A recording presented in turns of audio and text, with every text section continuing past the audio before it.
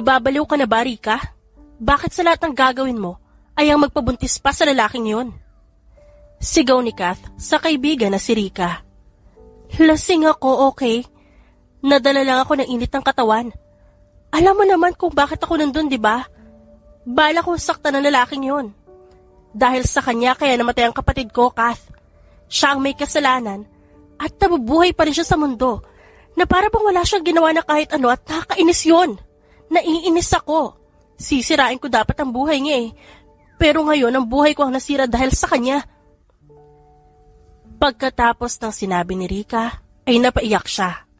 Rika naman kasi eh, sabi ko naman sa'yo na walang magandang idudulot yung plano mong paghihiganti sa kanya. Ngayon nabuntis ka pa. Umalis ka pa agad sa mansyon na pinagtatrabahuhan mo. Alam na ba ito ng mga magulang mo, ha? Ano sabi nila tita at tito sa'yo? Tanong pa ni Kath na puno ng pag-aalala ang boses. Bumuntong hininga si Rika at mas lalong naiyak nang maalala ang mga magulang niya. Umiling si Rika sa kaibigan. Nagalit sila mama at papa nang malaman nilang buntis ako. Hindi nila alam ang tungkol sa plano.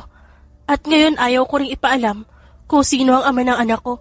Mas lalo sila nagalit at pinalayas ako sa bahay. Mahinang sabi ni Rika na ikinailing-iling ni Kath. Ito na nga ba ang sinasabi ko sa iyo eh. Sabi ko naman, nahayaan na ang mga taong yun. Namatay ang kapatid mo. Pero mafia ang mga yun, Rika.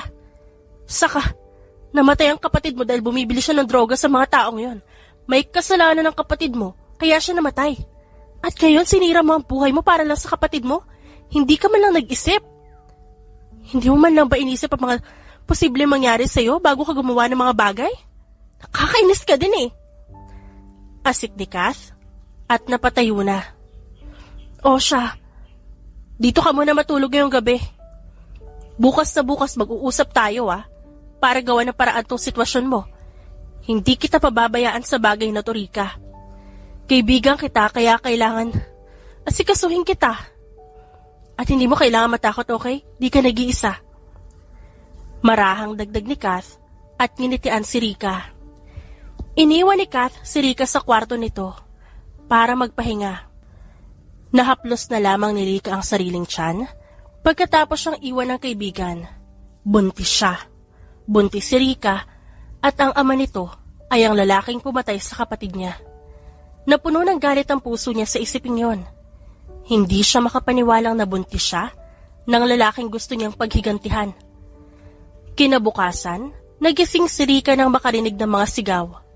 Hindi batid ni Rika kung bakit nagsisigawan ng mga ito, kaya nakinig siya ng maigi, habang nakapikit pa rin ang mga mata. Hanggang kailan mananatili ang isang yan dito? Masyadong pabigat ang kaibigan mo yan, Kath. Nobyo mo ako. Kaibigan mo lang siya. Kaya bakit mas pinipili mo siyang kampihan kaysa sa akin? Sigaw ni Siron, ang nobyo ni Kath. Bumukas ang mga mata ni Rika sa gulat dahil sa narinig. Siya ang pinag-aawayan ng mga ito. Kaibigan ko siya, Siron. Alam mo naman buntis si Rika. Hindi ko siya pwedeng pabayaan. Kapag may nangyaring masama sa kanya, panghabang buhay kong sisisihin ang sarili ko dahil sa katangahan ko. Kailangan ko siyang alagaan, Siron. Ako lang ang meron si Kath ngayon. May pamilya ang babaeng yan, Kath. Nagtatrabaho ako para sa atin. Hirap na nga ako ikasya ang pera natin sa lahat ng bayarin. At kailangan bilihin. Dumagdag pa ang isang yan? Paano kapag nanganak na yan? Ano, tayo pa rin mag-aalaga sa kanya? Di naman natin anak ang isang yan para alagaan natin. Pauwiin mo yan sa kanila O hindi kaya ipalaglag niya ka ang mga bata na hindi siya magkaproblema. Sigaw ni Zyron na ikinalaki ng mga mata ni Kath. Malakas na nasampal ni Kath ang pisngi ni Zyron. Umigting ang panga ni Zyron habang nalilisik ang mga mata sa sobrang galit. Hindi ginusto ng kaibigan ko ang mabuntis, Zyron.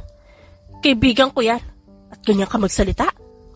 Pinalaya siya sa kanila kaya paano ko siya pauuwiin ha? At ano ka mo? Ipalaglag?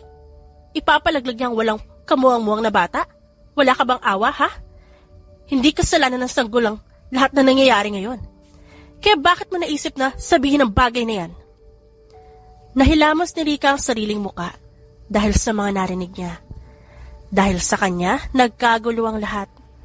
Kundi lang niya pinilit ang sariling magiganti. Hindi sana magiging ganito ang lahat. At ngayon buntis pa siya. Nang mawala na ang sigawan sa labas ng kwartong tinutuluyan ni Rika, bumangon siya. Inayos niya ang mga gamit niya at tuluyang lumabas. Bumungad agad kay Rika ang nakangiting mukha ni Kath. Pero hindi nakatakas kay Rika ang bahagyang pamumula ng ilong at mata ni Kath. Kath? Oh, gutom ka na ba? Nagluto ako. Nag-research ako ng mga pwedeng kainin ng mga buntis. Kaya kapag kinain mo mga ito, paniguradong lalakas ka at ang baby. Huwag ka mapapagutom, lalo na dalawa na kayong kumakain. Halika, upo ka na. Paanyaya ni Kath na ikinasikip ng dibdib ni Rika. Sumunod si Rika kay Kath at naupo na siya. Ipinagsandok naman agad ni Kath si Rika kaya napilitan siyang kumain.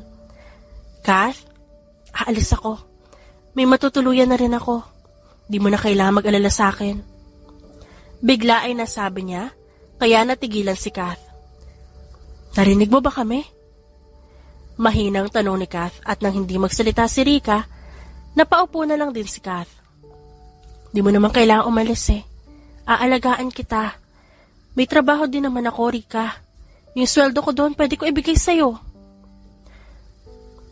Kung wala ka lang sa buhay ko, alam mo pa, mababaliw ako, Kath. Pero hindi mo kailangan gawin lahat ng to para sa akin, okay? Kaya ko. Huwag kang mag-alala. Hindi ko pababayaan ang sarili ko at ang magiging inaanak mo. Nakangiting sabi ni Rika at inabot ang kamay ng kaibigan. Tumango si Kath at marahang pinunasan ng luhang naglandas sa kanyang pisngi. Hindi man sabihin ni Kath, alam ni Rika na mahal siya ng kaibigan. Kumain ka pa, hindi kita hahayaang umalis ng gutom. Pabirong sabi ni Kath at mas pinuno ng pagkain ang pinggan ni Rika na ikinatawa ng huli. Ano na, Rika? Ba't ka ba bumalik dito? Ano gagawin mong gaga ka? Pagkausap niya sa sarili, habang nakatingala sa isang malaking bahay. Ang bahay ng dating amo niya, kung saan niya nakilala ang lalaki na nakabuntis sa kanya, si Arthur.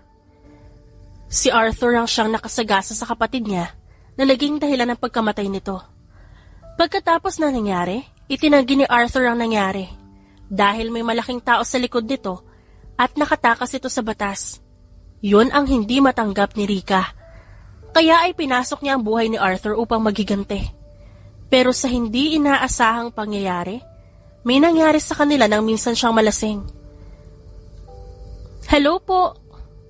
Mabilis na napalingon si Rika sa batang nagsalita. Natigilan si Rika nang makita kung sino ang kasama ng bata. Anak niya? May anak siya? Hindi makapaniwala ang tanong ni Rika sa likod ng isipan niya habang nakatingin kay Arthur na hawak ang kamay ng bata. Ako po si Finn.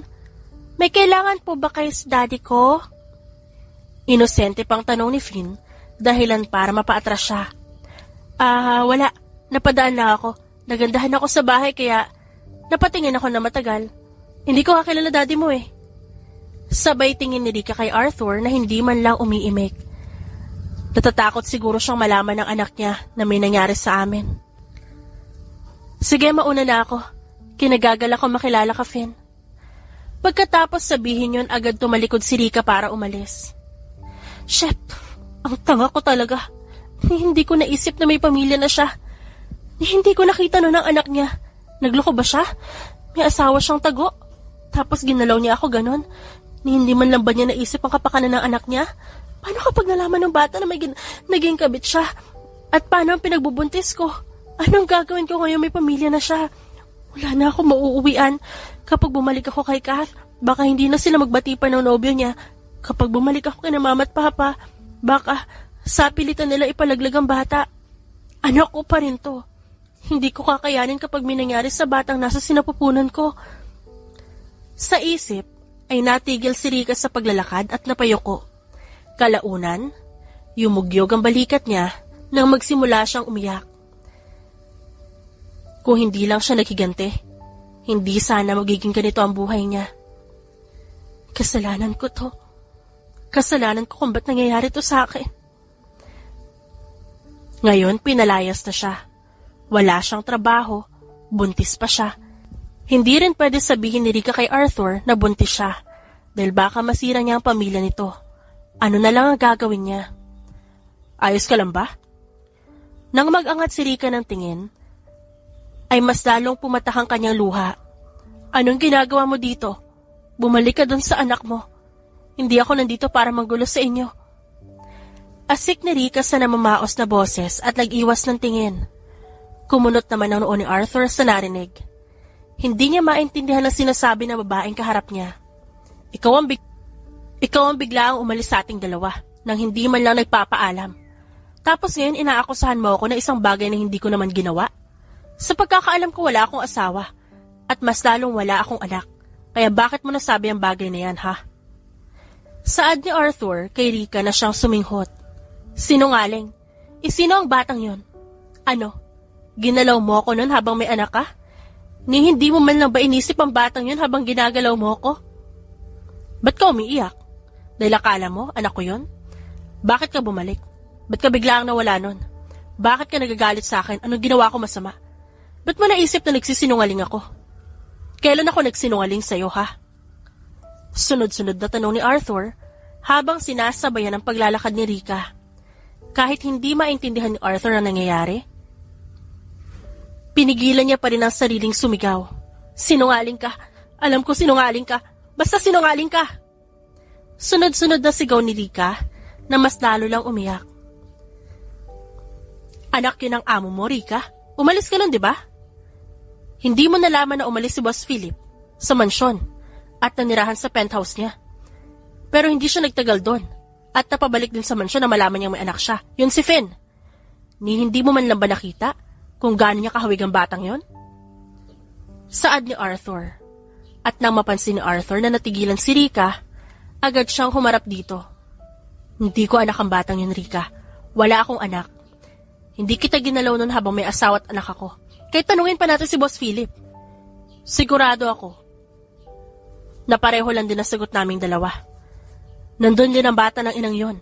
Kung gusto mo kausapin, gawin mo para maliwanagan ka. Natigil na ang dalawa sa paglalakad, habang si Rika ay nakatingala lang sa binatang kaharap. Hindi makapaniwala si Rika sa narinig. Ngayon na sinabi ni Arthur ay tama nga ito. Kamukha nga ng batang yon ang amo niyang si Philip. Doon lang napagtanto ni Rika kung gaano siya nahihiya sa ginawa niya. Umupo ka muna, ikukuha kita ng tubig. Marahang sabi ni Arthur. At pinaupo si Rika sa sofa ng mansyon ni Philip. Magkadikit ang labing inilibot ni Rika ang tingin sa paligid. Hanggang sa dumapo ang tingin niya sa dati niyang amo at sa kasama nito. Yon ang anak nitong si Finn at isang magandang babae. Hi, ako nga pala si Anne. Nobya ka ba ni Arthur? Ngayon lang kasi kita nakita, sorry pala ha. Nabigla ka ata namin dahil nakita mo si Finn na kasama niya kanina. Nakwento niya sa akin na nangyari habang papasok kayo kanina eh. Panimula ni Anne habang titig na titig kay Rika na napakurap-kurap. Yun pala ang rason kaya lumapit si Anne kanina kay Arthur pagkapasok nila sa mansyon at nagsimulang magbulungan. Si Rika pala ang pinag-uusapan ng mga ito. Hindi ako nobya ni Arthur. Nahihiyang sagot ni Rika sa maliit na boses at wala sa sariling nahaplos ang tiyan niya. Agaran niyo napansin ni Anne at napasinghap. Nagugutom ka ba? Kanina ka pa ba sa labas at hinihintay siya? Yung lalaki na yun talaga, di man lang sinabi na dadalaw ang babae niya. Philip! Malakas na sigaw ni Anne sa asawa nitong si Philip na agad napalapit sa kanila. Sweetheart? Takang tanong ni Philip at sinalubong ang matalim na tingin ni Anne. Maghanda ka na makakain, gutom si Rika. At yung kaibigan mong yan, hindi man lang naghanda ng pagkain. Asa na ba si Arthur? Bakit ang tagal? Masyado bang mabigat yung tubig at di niya madala na maayos dito? Sunod-sunod na saad ni Anne na ikinaawang ng bibig ni Rika. Sweetheart, kumalma ka. Baka matakot sa'yo si Rika.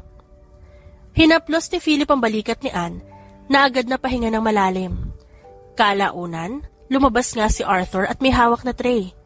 Sabay na natigilan si Philip, Anne at Rika nang makita kung ilang baso ng tubig ang nandun.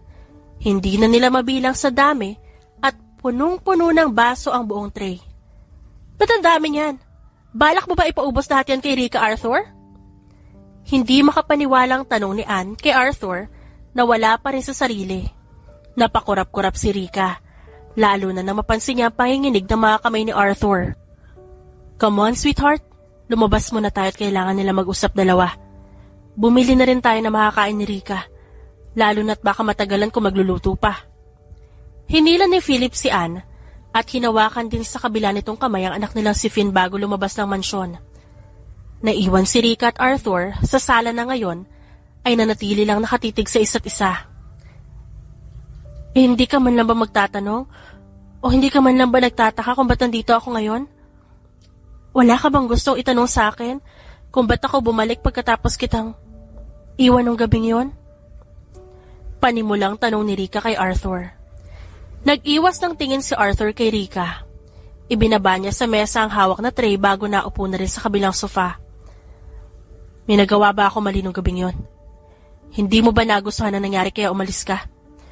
May hindi ka ba nagustuhan sa akin kaya biglaan ka nawala? Napalunok si Rika. Sa totoo lang, hindi ko gusto ang buo mong pagkatao. Masamang tao ka. Ikaw ang dahilan kaya nawala sa akin ang kapatid ko. Kaya galit na galit ako sa'yo. Pinasok ko ang mansyon na to nang malaman ko na ikaw ang kanang kamay ni Philip. Pero hindi ko inaasahan na may mangyayari sa atin. Dahil dapat galit ako eh. Dapat hindi ako bumigay dahil lang nalasing ako. Kapatid? Ako ang dahilan kaya nawala ang kapatid mo? Nalilitong tanong ni Arthur. Bakit hindi ba? Kapatid ako nung lalaking itinanggi mong napatay mo, Arthur. Binangga mo ang sasakyan ni Ruelito. At dahil sa'yo, kaya ngayon patay na siya. At hindi na ako nagtaka kung nagawa mo ang bagay na yun pagkatapos kung malaman ang totoo mong trabaho. Mamamatay tao naman talaga kayo, di ba? Mga mafia na halangang kaluluwa. Sunod-sunod na saad ni Rika. Hindi mo alam kung gaano nanginginig ang kalamnan ko na maghiganti sa'yo dahil sa ginawa mo sa kapatid ko. Kundi ko lang alam na mapapahamak ako kapag gumalaw ako ng basta-basta. Matagal na sana kitang pinatay. Dagdag ni Rika at napaiyak. Hindi maintindihan ni Rika ang nararamdaman niya. Paniguradong dahil ito sa pagbubuntis niya. Pero kanina kalmado siya at bigla ang nagalit. Tapos ngayon naman umiiyak siya dahil sinisigawan niya si Arthur. Mabilis na nataranta si Arthur dahil sa nangyari. Akmang lalapitan niya palang si Rika nang may humampas na kamay sa balikat niya. Gago ka, Arthur? Ba't mo pinaiyak si Rika? Hindi ko siya iniwan kasama ka para paiyakin mo. Nababaliw ka na ba? Asik ni Anne sa galit na boses, dahilan para maiyak lalo si Rika. Napatayo si Rika sa kinauupuan niya at mabilis na lumapit kay Arthur para yakapin to. Ba't mo inaaway si Arthur? Tila batang paslit na atungal ni Rika na ikinagulat ni Anne. Maski si Arthur nagulat sa inasta ng dalaga. Parang kanina lang, galit ito sa kanya. Tapos ngayon hinahampas niya si Anne. No. Mali ka, hindi ko siya inaaway. Sinasaway ko lang siya kasi pinaiyakan niya. Dapat kasi, hindi ka niya pinapaiyak eh. Hala ka, anong gagawin ko, Philip? Tarantang sigaw ni Anne na hindi malaman-laman ang gagawin kay Rika. Rika, can you look at me please? Marahang hinawakan ni Arthur ang balikat ni Rika at iniharap sa kanya ang dalaga. Walang masakit sa akin. See? Hindi namumula ang balikat ko. Walang masakit sa akin, kaya tumahan ka na, okay? Ayos lang ako. Marahang sabi ni Arthur at ipinakita ang sariling balikat na hinampas ni Anne sa babae. Ngumuso si Rika at pinakatitigan ang balikat ni Arthur. Nang mapagtantong totoo ang sinasabi ng lalaki, tumigil siya sa pag-iyak. What did just happen? Litong tanong ni Anne habang nakatingin kay Rika at Arthur hanggang sa may biglaan siyang mapagtanto. Rika, are you pregnant? Buntis ka ba? Tanong ni Anne, kaya gulat namang napatingin si Arthur sa kanya. At dahil doon, bigla itong hinimatay. Hay nako, magkaibigan nga talaga kayong dalawa. Pareho kayo nahihimatay sa ganitong mga bagay. Nakapamewang nasabi ni Anne kay Philip. Ang hilig mo rin kasing mambigla, sweetheart. Kung dinadahan-dahan mo lang, baka nakayanan pa ng puso namin. Pero hindi ka kasi marunong, kaya ganyan ang naging reaksyon niya. At ako noon. Umirap na lang si Anne at nilapitan si Rika na ngayon ay nakabantay sa walang malay na si Arthur. 20 minuto na itong tulog at kanina pa nakatingin si Rika dito. Magigising din ang isang yan, huwag ka mag-alala masyado. Gusto mo bang kumain muna? Paniguradong matutuwa si Arthur pagising niya kapag nalaman na nakakain ka na. Pagkausap ni Anne kay Rika. Nahihiyang nag-angat ng tingin si Rika kay Anne na ikinatuwa ng huli. Ikukuha kita ng pagkain ha? Wala namang bayad to kaya hindi mo kailangan mag-alala. Saka baka mahimatay ulit si Arthur kapag may nangyaring masama sa'yo. Dagdag ni Anne at hindi na hinintay pa ang sagot ni Rika na tumalikod siya para hilahin ang asawang si Philip palabas ng kwarto. Naiwan si Rika na wala sa sariling napaisip sa mga nangyari kani-kanina lang. Hindi siya makapaniwalang ganun siya umakto. Paniguradong dahil yun sa pagbubuntis niya. Kung hindi siya buntis, ba't naman niya iiyakan si Arthur? Ngayong naisip ni Rika yun, wala sa sariling sinamaan niya ng tingin ng lalaki.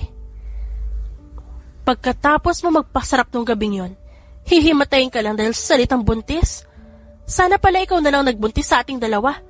Ang dami-dami ko nang dinanas para lang protektahan tong anak mo. Tas heto ka? Tulog? Pinalayas pa ako sa amin? At pati best friend ko muntik na mawala sa akin tas hindi ka gigising? Sa sigaw ni Rika, naalimpungatan si Arthur. Iminulat ni Arthur ang mga mata niya at nang makita ang galit sa buong mukha ni Rika, agad siyang natigilan. Buti naman at nagising ka na. Akala ko wala ka ng balak bumising. Gusto mo pa atang takbuhan tong responsibilidad mo sa akin. Gusto ko lang ipaalala na hindi lang ako ang nasarapan sa ating dalawa.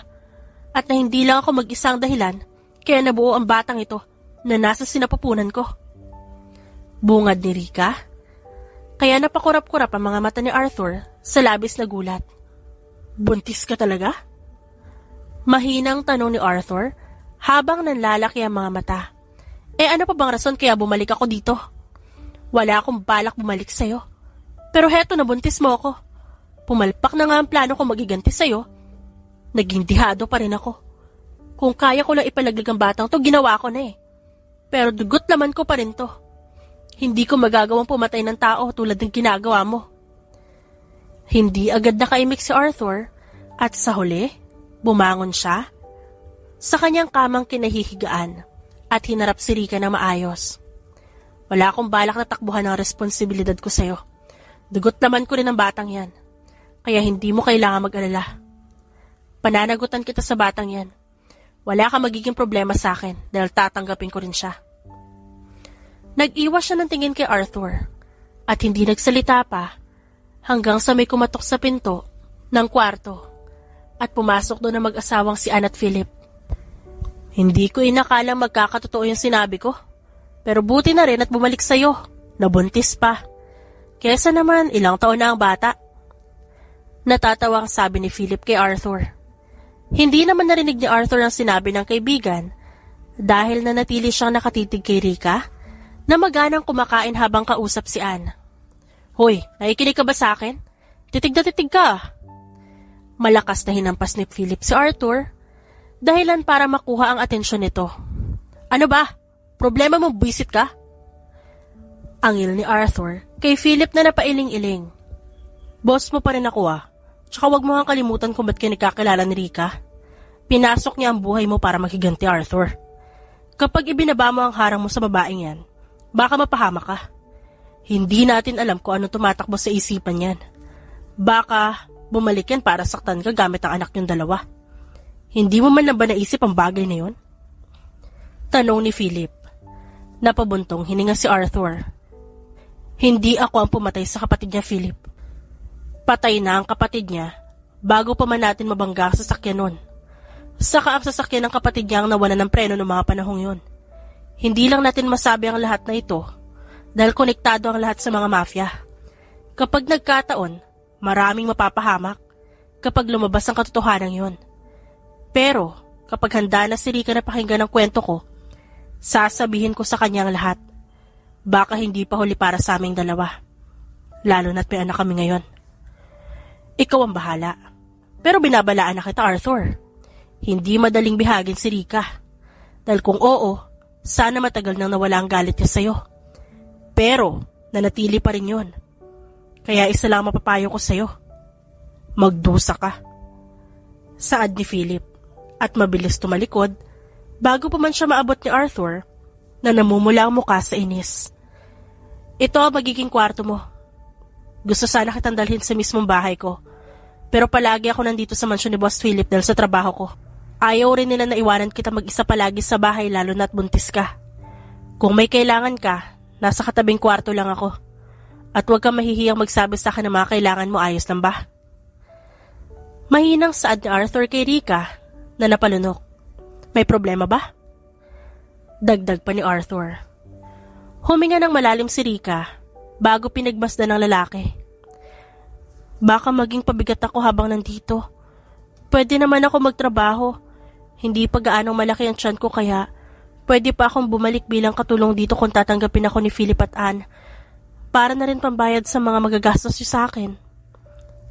Hindi natapos ni Rika ang sasabihin nang abutin ni Arthur ang kamay niya at marahang pinisil. Hey, calm down Rika. Ako to, si Arthur di ba? Anak ko ang dinadala mo. At hindi man sabihin ng dalawang yon. Dahil baka mabigla ka, paniguradong gusto nilang maging inaanak ang batang nasa sinapupunan mo ngayon. Huwag mong isipin na pabigat ka dahil gusto ka namin gastusan. This is our choice, Rika. Hindi ka pabigat sa amin dahil gusto namin ang ginagawa namin para sa'yo. Paliwanag ni Arthur. Lumunok si Rika.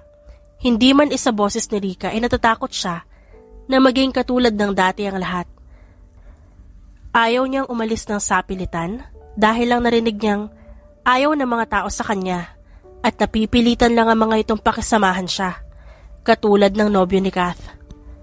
At hindi kita pagtatrabahuhin ulit, naiintindihan mo? Nandito ako, nagtatrabaho ako para sa'yo. At hindi ko ipaparamdam sa'yo na kahit kailan pabigat ka, dahil hindi ka naman pabigat. Naalala mo ba ang nangyari nun? Binuhat kita papuntang kama, at hindi naman ako nabigatan sa'yo. Ang gan mo nga eh. Agarang namula ang pisngi ni Rika nang umisi si Arthur sa kanya. Kailangan mo pa talagang sabihin yan? Nauutal na saad ni Rika at hinampas ang dibdib ng kasama na tumawa lang. Ang sarap mong asarin. Gumaganda ka lalo kapag namumula. Pilyo ang tura ni Arthur at inabot ang ilang hibla ng buhok ni Rika na kumawala. Inilagay niya yun sa likod ng tenga ng dalaga habang may ngiti sa kanyang labi. Huwag mong iisipin na pabigat ka dahil hindi yan totoo. Saka anak ko yan dinadala mo. Responsibilidad ko na ibigay ang lahat ng pangangailangan mo. Naiintindihan mo ba? Natigilan si Rika. Maraming salamat, Arthur. Pangako, hindi ko ilalayo sa iyo ang bata. Kapag naipanganak siya, kahit may maging nobya ka o asawa, patuloy ka pa rin magiging parte ng buhay niya. Nakangiting sabi ni Rika. Ni hindi napansin ni Rika kung gaano natigilan si Arthur sa narinig mula sa kanya. Sige. Dito muna ako sa kwarto at paniguradong marami kang gagawing trabaho. Pangako hindi ako magiging pasaway sa inyo habang nandito ako. Kumaway pa si Rika kay Arthur bago pumasok sa kwarto na ibinigay sa kanya. Nang isara niya ang pinto, agad niyang nasapu ang dibdib sa malakas na tibok nito. Nakaramdam si Rika ng antok. Kaya imbes na isipin lalo ang ginagawa ni Arthur, mas pinili niyang matulog. Nang magising siya, tahimik pa rin ang paligid. Lumabas siya ng kwarto at doon niya natagpuan ang mag-inang si Ann at Finn. Gising ka na! Bati ni Ann at ngumiti. Gusto mo pang kumain? Nagluto ako ng makakain mo. Mahilig ka ba sa matamis? Nag-bake ako ng cake kanina. Baka gusto mong tikman. Dagdag pa nito. Ang anak nitong si Finn, lumapit kay Rika para hawakan ang kamay niya. Tara, Tita Rika. Magaling po magluto ang mommy ko. Kaya paniguradong magugustuhan mo po ang food niya. Nakangiting sabi ni Finn. Magaling din ako gumawa ng drinks. Kaya kung may gusto ka, pwede kayong gawin. Suhestyon pa ni Ann. Gusto ko ng drinks pero Nahihiyang yumuko si Rika, kaya nagtaka si Ann. Pero, may problema ba? Hindi naman ako magagalit kung magpapagawa ka sa akin eh. Kahit ilang drinks pa yan. Tura ni Ann, ngunit umiling si Rika. Gusto ko sana na si Arthur ang gumawa ng drinks ko. Gusto ko ng mango flavor na drinks. Tapos gusto ko na siya mismo umakyat ng puno at kumuha ng mangga. Dapat makita ko.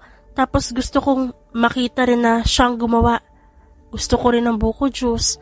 Na siya mismo yung umakyat sa puno ng buko. Gusto ko yung nakikita ko para alam ko kung siya yung kumuha. Gusto ko rin ng strawberry shake. Gusto ko pumunta kami ng Baguio para doon kunin yung ingredients. Gusto ko na siya mismo pumitas ng strawberries na gagawin niyang shake. Sunod-sunod na sabi ni Rika na tila nakalimutan ang hiya niya. It wasn't Rika talking anymore, but her hormones and cravings as a pregnant woman. Napatanga naman si Ann bago ngumiti ng matamis. Oh, sure. Tatawagan ko si Philip para masabi niya kay Arthur ang gusto mo. Wala naman silang maraming trabaho ngayong araw kaya paniguradong magagawa niya lahat yan. Tura ni Ann at mabilis binunot ang cellphone sa bulsa. Nang matawagan niya ang asawang si Philip, pabulong siyang nagsalita. Sweetheart, 911. Bumalik kayo ni Arthur dito sa mansyon at may kauna-unahang cravings na ang buntis. Balita ni Ann sa kabilang linya. Aakitin ko punong to? Sigurado ka? Nakatangang tanong ni Arthur kay Rika na siyang nakaupo sa silyang hinanda ni Philip sa kanya. May katabing upuan din yun kung saan nakaupo si Ann. Sigurado ako. Gusto ko ng 5 mangga tapos yung super yellow ang kulay niya. Dapat malaki rin para marami kang magawa na shakes. Sagot ni Rika at ngumiti kay Arthur na natigilan. Napalunok naman ang lalaki habang nakatitig sa puno ng mangga na nasa harap niya. Kaya mo yan, Arthur. Naalala mo pa ba? Nung nakatumba ka ng 10 katao na ikaw lang mag-isa? Parang ganito lang din yun. Kayang-kaya mo yan. Huwag ka lang tumingin dito sa baba para hindi ka kabahan. Malakas na tinapik ni Philip ang braso ng kaibigang si Arthur. Go, Arthur! Sasaluhin ka ng asawa ko kapag nahulog ka dyan sa puno ng mangga. Nang aasar na tura ni Ann. Napakurap-kurap si Arthur at namutla. Hindi siya makapaniwala sa mga gustong mangyari ni Rika. Pero gusto niya ibigay lahat ng pangangailangan nito. Kaya ko to. Huwag ka mag-alala. Ikukuha kita ng manggang pinakahinog at pinakamalaki sa lahat. Baling ni Arthur kay Rika at tumangu-tango kahit napapalunok na siya sa takot. Nang magsimula nang umakyat si Arthur sa puno ng mangga, ay mahinang napahalakhak ang mag-asawang Philip at Ann. May problema ba? Ano nakakatawa? Litong tanong ni Rika sa mga ito. Ngumisi naman si Philip at tinuro ang kanyang kaibigang si Arthur na pilit umaakyat habang hindi tumitingin sa ibaba. May fear of heights ang isang yan, Rika. Magaling yan sa bakbakan at pakikipag-away pero hindi yan kaya ang ganitong bagay. Ni hindi ko pa nadadala sa mga matataas na gusali dahil hindi niya kaya ang taas. Kaya nakakatawang hindi siya tumanggi sa gusto mong mangyari at nagawa niya pa rin umakyat sa puno ng mangga kahit namumutla na siya ng sobra. Umawang ang labi ni Rika at napatingin kay Arthur. Akala ni Rika, sadyang maputi lang ang lalaki. Pero namumutla na pala ito sa takot. Ni hindi napansin ni Rika ang bagay na yon. Ano pa kaya kung sa puno ng nyug siya umakyat, di ba? Baka mahimatay ang isang yan mamaya. Nag-appear pa si Ann at Philip habang natatawa. Si Rika naman ay kinakabahan na para kay Arthur. Kung alam lang ni Rika na takot ang lalaki sa ganon, sana hindi na niya ito pinaakyat.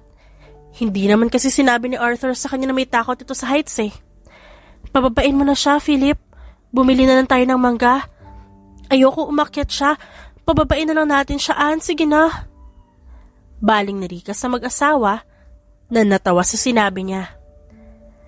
Hayaan mo na ang isang yan, Rika. Ginusto niyang gawin yan kaya hayaan mo na kapag nahulog siya at nagkabali-bali ang buto, may ospital naman. Ako nang bahala sa gastusin kapag nabalian siya. Ngisi ni Philip pero agad itong natigilan nang hampasin ito ni Ann sa balikat. Gusto kong bumaba na siya. Pababain niyo si Arthur please. Ayoko umakyat siya. Pababain niyo na si Arthur. Bibili na lang ako ng mangga. Bibili na lang ako, Arthur. Hikbi ni Rika ay nauwi sa hagulhol na ikinataranta ni Philip at Anne. Pati si Arthur na nasa puno ng mangga, narinig ang hagulhol ni Rika. Arthur, bumaba ka na, pinabababa ka na ni Rika, Arthur.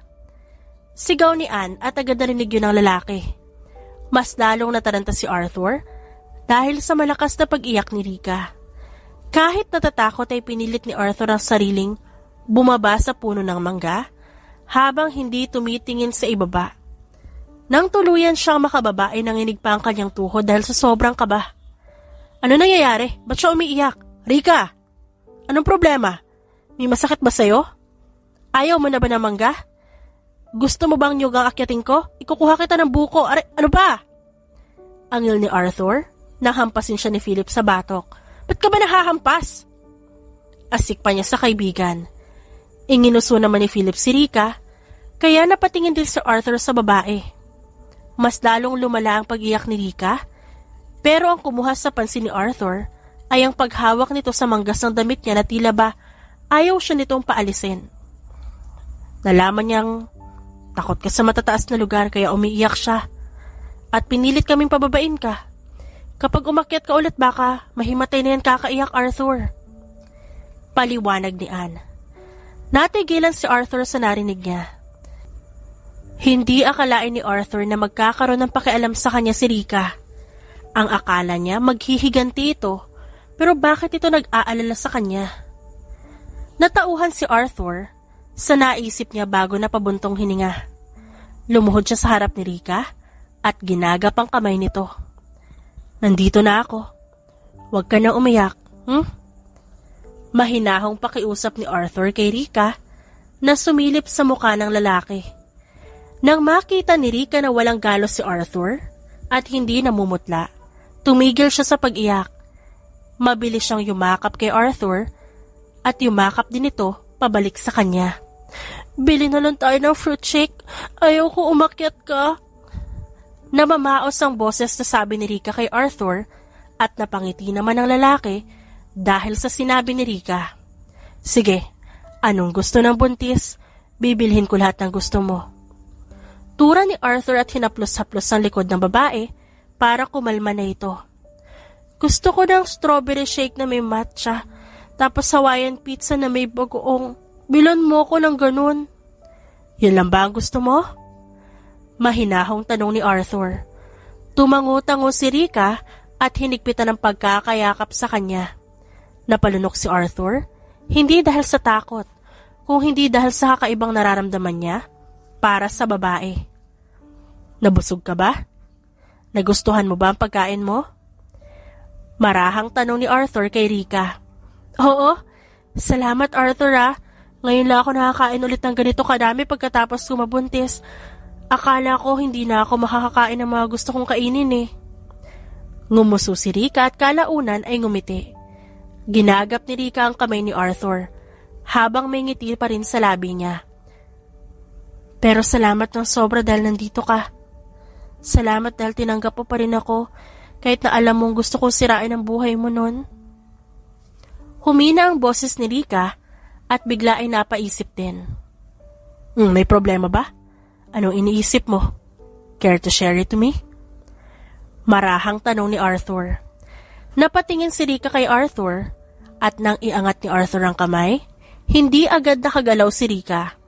Kaya malayang, nailapat ni Arthur ang daliri sa gilid ng labi ni Rika kung saan kumalat ang sauce ng kinakain nitong Hawaiian pizza. Tumikim si Rika. Bakit mo ako tinanggap? Tanong ni Rika sa mahinahong boses. Natigilan si Arthur sa narinig niya. Inaamin ko na sa'yo, nung pagbalik ko, wala akong balak na kausapin ka o makasama ka ng matiwasay. Dahil dumating lang naman ako sa buhay mo para maghiganti. Dahil gusto ko ibalik sa'yo ang ginawa mo sa kapatid ko. Alam mong hindi magbabago ang tingin ko sa'yo. Alam mong mananatili pa rin itong galit ko kahit ikaw ang ama ng anak ko. Kaya bakit? Bakit mo ako tinanggap? Paano kung pagkalabas ng sanggol na to balaking ko saktan ka? Paano kung kapag naging maayos na ako, iwanan kita bigla kasama ang anak natin? Paano kung ilayo ko sa iyo ang bata at gamitin siya para maramdaman mo ang naramdaman ko nung nawala ang kapatid ko? Hindi mapigilan ni Rika ang sariling bibig. Sunod-sunod ang naging tanong niya kay Arthur, lalo na at curious siya kung anong tumatakbo sa isipan ng lalaki. Mafia ka, di ba? Dapat ang mga tulad mo walang awa. Nung una ako napunta sa mansyon na to, nakita ko kayong dalawa ni Philip na nagpapahirap ng mga tao. Kaya bakit hindi mo magawa yun sa akin ngayon? Bakit hindi ka nagalit na itinago ko ang katotohanang buntis ako? Na kung hindi lang ako pinalayas, hindi ako babalik sa'yo. Alam mong ginagamit lang kita ngayon para gumaan ang buhay ko. Kaya bakit hindi mo ako sinisigawan? Bakit lahat ng gusto ko binibigay mo? Kumuyom ang kamao ni Rika at buong tapang niyang sinalubong ang mga mata ni Arthur. Yun ang mga mata ng taong kinamumuhian niya. Ngunit bakit ngayon nasasaktan siya para sa lalaking ito? Bakit hindi matanggap ni Rika na nagpapaalila si Arthur sa kanya sa kabila ng katotohanan na gusto niyang mahiganti dito? Kapag ginawa ko ang ginawa mo, kapag naghiganti rin ako, magiging masaya ba ako, ha? Umawang ang labi ni Rika. Hindi inaasahan ni Rika ang naging sagot sa kanya ni Arthur. Hindi mo pa naman ako sinasaktan. Ilang beses na nagkaroon ng pagkakataon para masaktan mo ako. Pero wala ni isang beses kang pinatos doon. At ano naman ngayon kung iwanan mo ako? Siguro, hindi lang ako sapat para sa'yo, kaya kailangan mo akong iwan. Siguro, mas maganda na rin yun, para mailayo ko kayo sa kapahamakan na dulot ng mundo ko. Hindi ako kasing lakas ni Philip. Wala akong malaking kapangyarihan na tulad niya. At hindi kita mapoprotektahan tulad ng pagprotekta ni Philip kay Ann at Finn. Kaya kung ilalayo mo man sa akin ng anak ko balang araw, tatanggapin ko yon.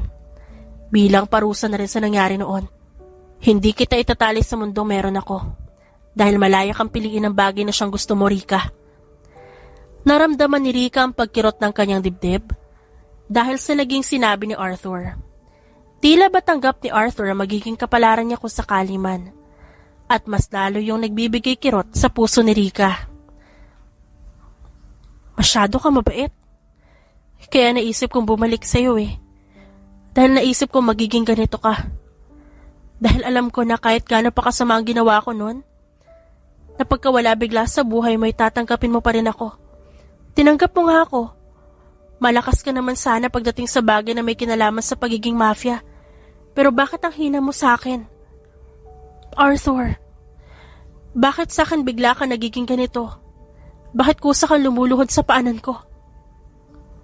Hindi maintindihang tanong ni Rika. Nangilid ang luha sa mga mata ni Rika nang umiti si Arthur. Kung hindi kita tinanggap, saan ka pupunta, ha? Sino mag-aalaga sa'yo? Paano kung may nangyari sa'yo masama? Mamamatay ako sa sobrang pag-aalala, Rika. Kung hindi kita tinanggap, hindi ko mararanasang alagaan ka. Hindi ko mararanasang makita ka umiyak at tumawa. At hindi ko makikita kung paano ka mag-alala para sa akin. Namamaos na tura ni Arthur. You were the first person who cried for me, Rika. That really moved my heart. Kaya kung hindi kita tinanggap nun, hindi ko kahit kailanman makikita kung gaano kaganda ang mundong to. Dahil wala ka sa mundong yun, Rika. Ngayon lang, na nandito ka, napagtanto ko kung gaano kasayang mabuhay sa mundo.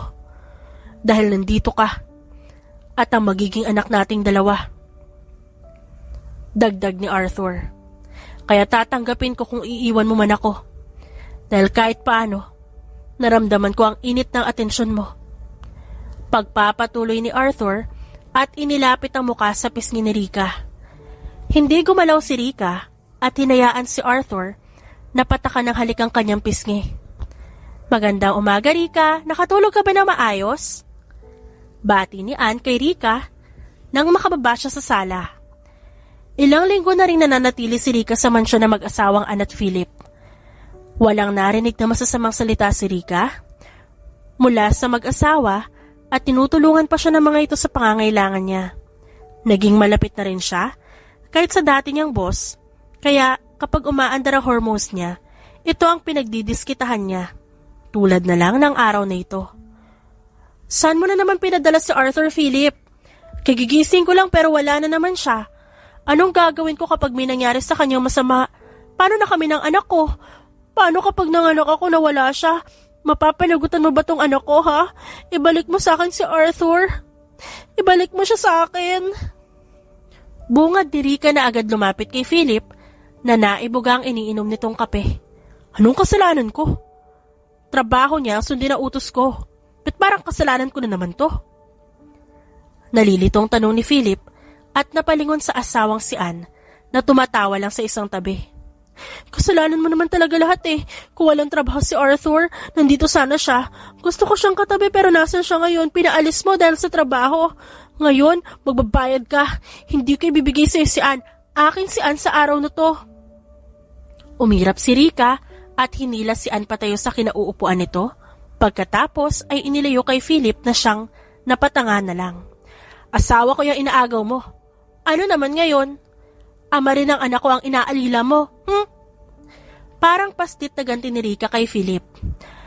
Pagbigyan mo na, Philip. Naku, kung hindi mo kayang ugali ni Rika habang nagbubuntis siya, paano na lang kapag nabuntis ako ulit? Hindi mo ba alam na mas malala ang ugali ko sa ugali niya habang pinagbubuntis ko si Finn nun? Kung nandun ka sa tabi ko nun, baka naging panot ka kakahila sa buhok mo.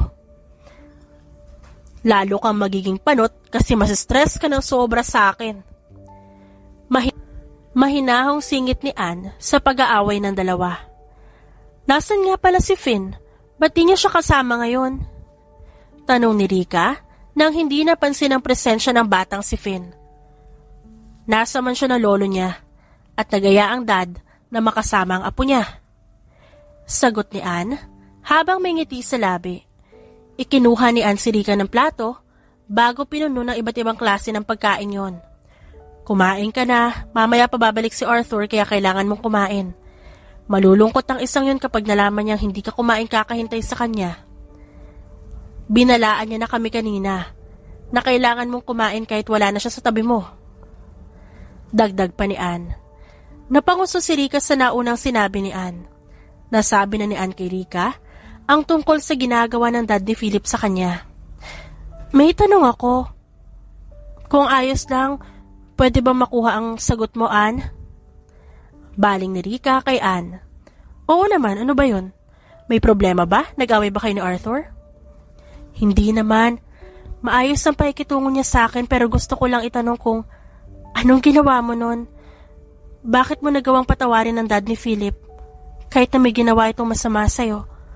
Bakit mo siya nagawang patawarin gayong inilayo ka niya kay Philip na naging dahilan kung bakit hindi agad nagkakilala ang mag-ama? Sunod-sunod na tanong ni Rika. Umawang ang labi ni Anne at kalaunan na patango-tango habang may kalmadong ngiti sa labi. Gusto ko lang maging masaya. Mahal ko rin si Philip.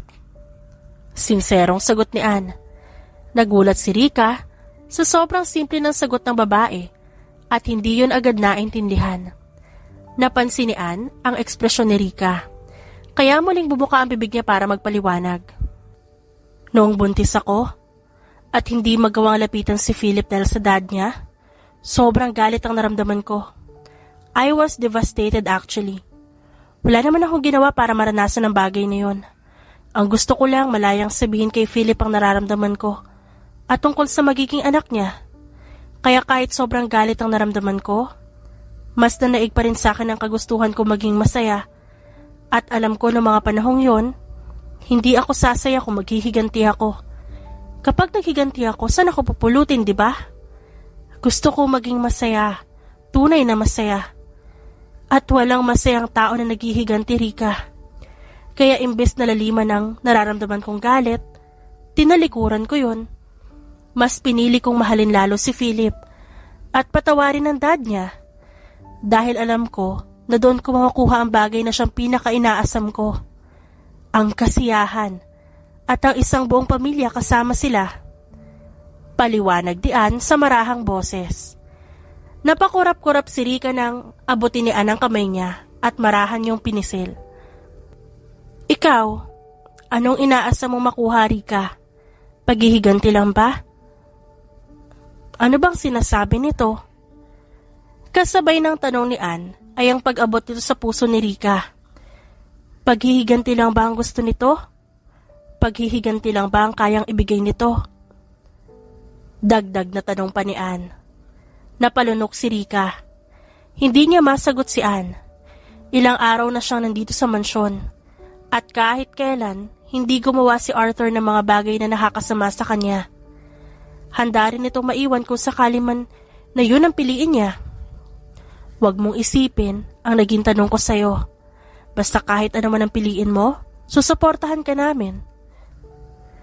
Pero sana, hindi dumating ang araw na magsisisi ka, okay?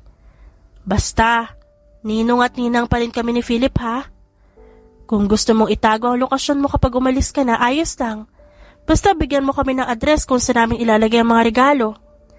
Excited na kami ni Philip sa magiging inaanak namin.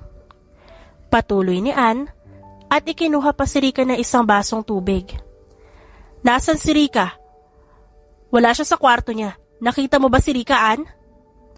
Bungad ni Arthur na siyang kararating lang. Mula sa dinidiligang bulaklak, umangat ang tingin ni Ann kay Arthur. Ang sabi niya sa akin, wag ko raw sabihin sa'yo eh.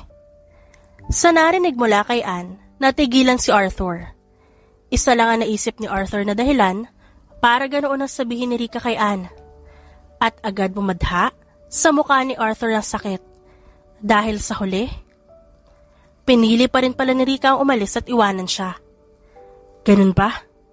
Sige, salamat. Mahinang sabi ni Arthur. Kapansin-pansin ang biglaang pananamlay nito, kaya napakagat na ibabang labi si Ann. Hay nako. Kaya sabi ko na sabihin na lang sa'yo eh. Alam kong magiging ganito ang reaksyon mo. Pero ayaw ng buntis at gusto kanyang sorpresahin pagbalik mo. Maktol ni Ann dahilan para agad makalayo si Arthur. Nasa sementeryo siya. Alam mo naman kung saan nilibing ang kapatid niya, hindi ba? Nandun siya. Puntahan mo at ikaw ang bahala sa kanya doon, ha? Si Philip ang naghatid sa kanya doon. Kapag nakita mo si Philip, pauwiin mo siya, okay? Pero kahit ganon, kahit kinakabahan, naglakad si Arthur palabas ng mansyon. Para sumakay sa kotse niya, at sa huli, nakita na lamang ni Arthur ang sarili na nakarating na sa sementeryo. Sabi ko na nga ba at di makakapagpigil ang asawa ko na sabihin sa'yo kung nasan kami. You probably pulled a sad face. Nakangising tura ni Philip habang napapailing-iling na nakatingin sa kararating lang na si Arthur. Pinapauwi ka na ng asawa mo. Ako nang bahala sa mag-ina ko. Sagot ni Arthur kaya napahalakak si Philip. Akala ko ba bibitawan mo siya kapag ginusto niyang umalis, ha? Anong ginagawa mo rito kung ganun? Nang aasar nitong tanong. I can bear that. But at least, she have to bid goodbye to me. Dahil kung di niya gagawin yon, tuluyan ako mababaliw kakaisip sa kanya. Dire-diretso ang naging lakad niya. Memoryado niya kung nasa ng puntod dahil minsan niya nang binisita ang puntod ng kapatid ni Rika. Pero hindi alam ni Arthur na magkapatid ang dalawa. Patawad, Ruelito. Nung una gustong-gusto naman talaga kita ipaghiganti. Gustong-gusto ko maghiganti pero napupuno ng galit ang puso ko ng sobra. At minsan pakiramdam ko isa na rin ako sa mga masasamang tao sa mundo. Hanggang sa ngayon, gusto pa rin kitang ipaghiganti.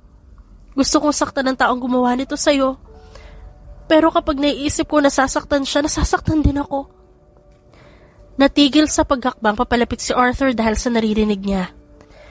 Tila may pumigas sa puso niya nang makitang yumuyog-yug ang balikat ni Rika dahil sa mahihina nitong paghikbi. Mahal kita, Ruelito. Ikaw lang nag-iisa kong kapatid eh. Pero mahal ko din siya. Siya lang yung lalaking minahal ko ng ganito sa buhay ko.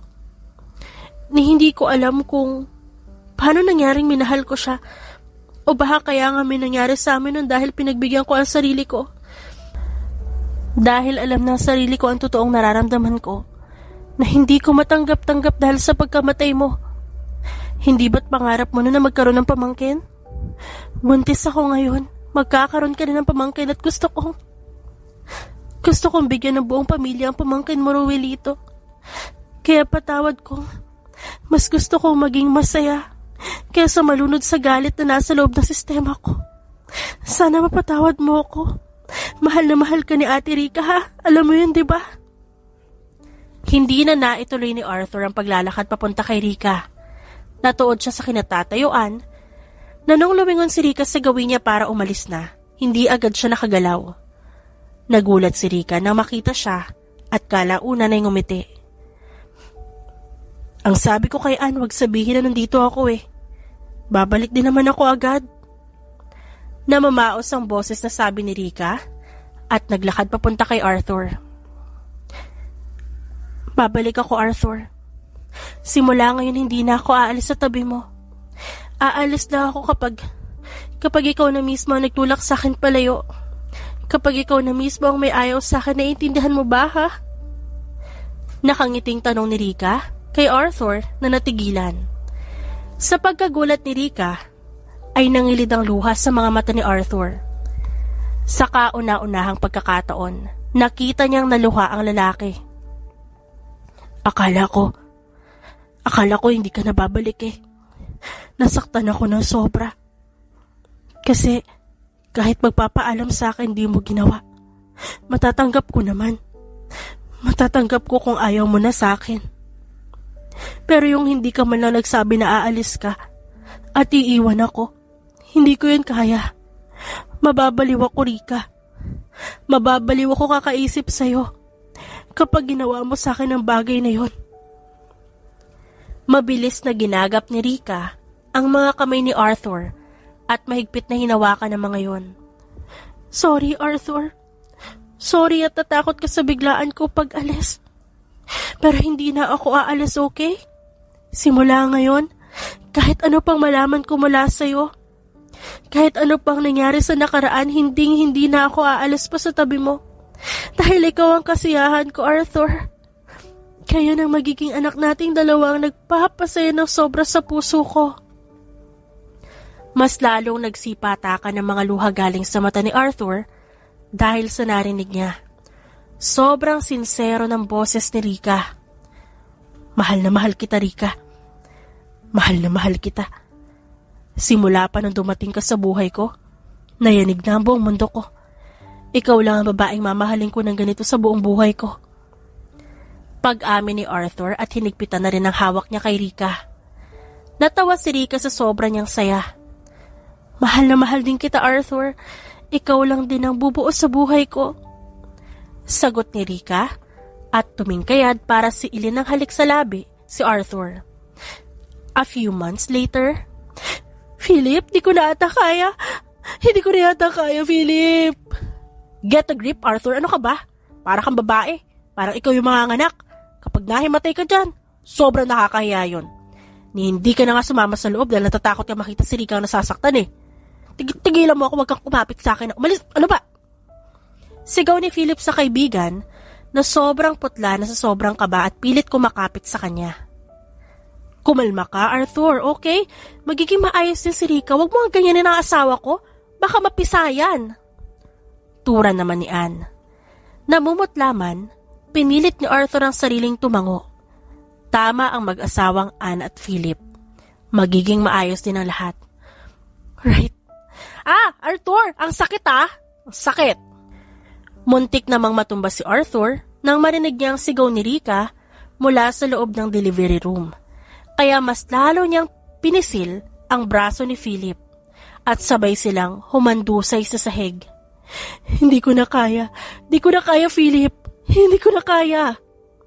Pagkatapos nun, tuluyan nang nahimatay si Arthur. Ang hina naman ng lalaki mo, Rica. Bayan? Kung alam mo lang kung gaano siya nanginig, hinila niya pa ako.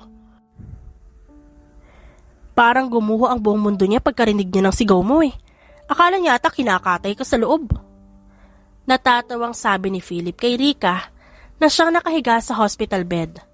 Napahalakhak naman ang babae ng mahina at napatingin sa katabing kama kung nasa naroon si Arthur at wala pa ring malay.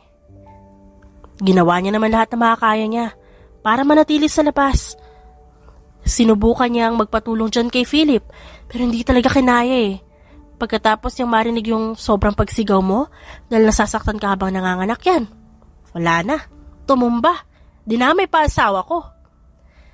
Nasa ganoon silang usapan nang magmulat ng mata si Arthur. Agarang lumipad ang kanyang tingin kay Rika na siyang nakatingin sa kanya. Ayos ka lang ba? Are you okay? Tanong niya dito. Natawa si Rika. Bumangon si Arthur at nilapitan ng babae. Bakas sa mukha ni Rika ang pagod, pero sobrang nagliliwanag ang mukha nito sa kabila nun. Lalaki siya, Arthur. Ang gwapo-gwapo at mukhang kamukha mo. Malambing na sabi ni Rika. Salamat, mahal. Salamat sa pagbibigay buhay sa anak nating dalawa. Hinagka ni Arthur ang noon ni Rika habang may ngiti sa kanyang labi. Umalpas din ang ngiti sa labi ni Rika. Pupunta mamaya ang nurse dito at dadalhin siya. I didn't name him yet at gusto kong hintayin ka magising. Gusto ko tayong dalawang magpangalan sa kanya. Nakangiting sabi ni Rika. Hindi nagtagal, dumating na ang nurse kasama ang anak nilang dalawa. Ipinabuhat ng nurse ang sanggol kay Rika. Oh, he's so handsome. Puri ni Ann at ngiting-ngiting kumapit sa balikat ni Philip. Gusto mo ba siyang buhatin? Tanong ni Rika kay Arthur na natigilan. Baka mahulog siya, wag na lang, mahal. Mahinang tura ni Arthur sa gulat na boses nang ibigay ni Rika sa kanyang bata. Maingat na tinanggap ni Arthur ang anak at agad nanginig ang labi ni Arthur nang makita sa malapitan na mukha nito. Bagay nga talaga sa'yo ang maging ama ng mga anak ko. Natatawang saad ni Rika. Napangiti na rin si Arthur. Ano ipapangalan natin sa kanya? May naisip ka na ba? Gusto mo bang junior mo siya? We can name him after you. Paano kung isunod natin sa pangalan ng kapatid mo? Suhestyon din ni Arthur, pabalik na siyang ikinakurap-kurap ni Rika. We can name him after Roelito, as a remembrance of his presence in our lives.